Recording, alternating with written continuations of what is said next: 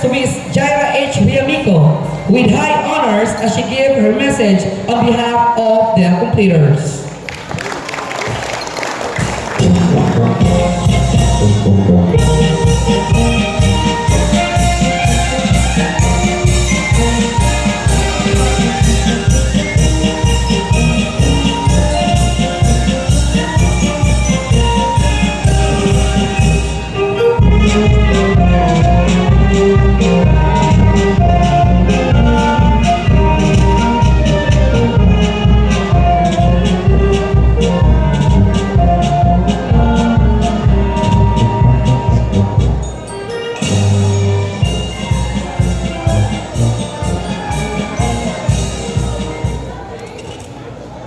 To our most active and dynamic school principal to Mrs. Perlin Villones, to our distinguished guests, dear teachers, beloved parents, friends, fellow graduates, ladies and gentlemen, good morning. On behalf of Class 2024, I would like to take this opportunity to thank all the people who have been a part of our success and served as an instrument in the pursuit of our education. Above all, I'd like to express my boundless gratitude to our Almighty Father for blessing us with wisdom and strength to surpass all the academic challenges we had encountered, and most especially for giving us the opportunity to have this completion ceremony. Without the Lord's holy grace and protection, none of this would be possible. To our well-respected and dedicated teachers who even spent late nights just to make sure that we receive the best quality of education. Thank you. Thank you would be an understatement for all your sacrifices. You were not only our teachers, but you have become our second parents. Special mention to Sir Aldred B. Misigal. Your inspiring words like, "Kaya mo na," "I believe in you," or "Go out of your comfort zones and see what the world has to offer you," have truly lifted our spirits and warmed our hearts. To our supportive advisor, Sir Robert Gulingan, that always brighten our days with his jokes, your ability to bring smiles to our faces and joy to our hearts with your jokes is truly a gift. Thank you for teaching us not only about numbers and solving, but for teaching us more about lessons of life and for serving us our second parents, especially a student like me na wala sa kamay. Your guidance, wisdom, and support made a long-lasting impact on our journey. Thank you for being inspiration and mentor to all of us. Your inspiring advices and words will long last forever in our hearts. Thank you, Ma'am and Sirs, to our dear parents, Nanay, Tatay, Mama, Papa, Mommy, and Daddy. We offer all of our happiness and success to you. Thank you for providing everything that you could have for us. Given this chance, please allow me to thank my beloved mother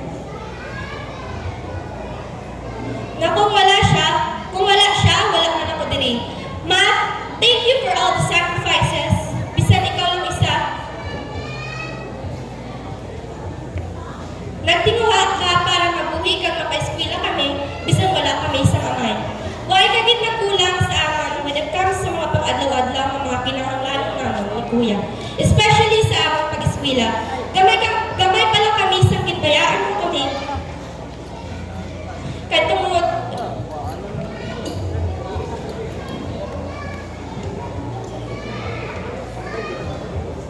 nag-abroad ka.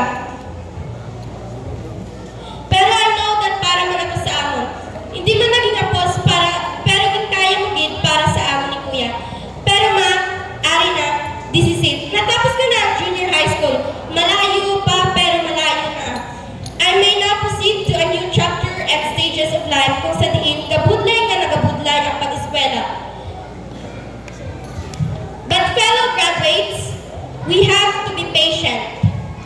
With hard work and determination, we can make a big difference in our lives and we can surely achieve our dreams. I am also grateful to my titos, titas, cousins, ate, kuya, and lola. I know you are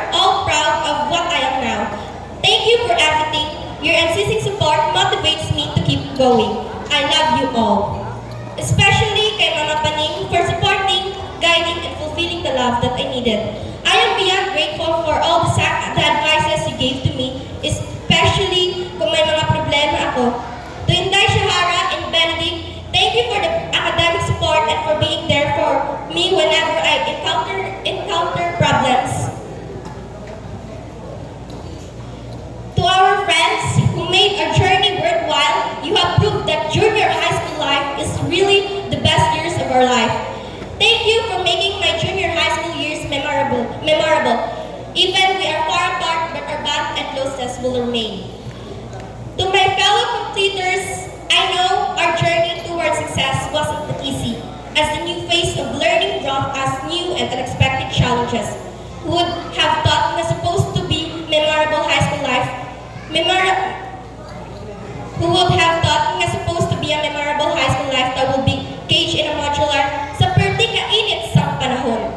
Balan ko kung anong abudlay kag stressful mag-self-study, kapit pa mag-balance ng atong time to do our schoolworks, performances, and all the other things that we need to do in our lives. But we were left with no choice. We have to adjust and prioritize our health and safety. Then now, mag-graduate na ta sa junior high school, praying for the best journey and a new chapter of a life. Before I finally end my speech, fellow graduates, let me share with you the lessons that I hope will help us get through our journey. First is to believe in yourself. Ano ang first na lesson? Yes, is to believe in yourself that no matter what happens, you can do it. Second would be cherish your journey even if it's hard. All the hard work will be paid off. Just keep pushing forward and stay dedicated in your goals. Lastly, be happy and stay positive. What's important is that you must go on. You have risen in spite of the fallbacks you had. Life is not race after all. So, from this moment on, let's start living the dream we always have. Let's serve this as our milestone to our dreams. Patayon class of 2024, congratulations to all of us. Once again, good morning and all is well.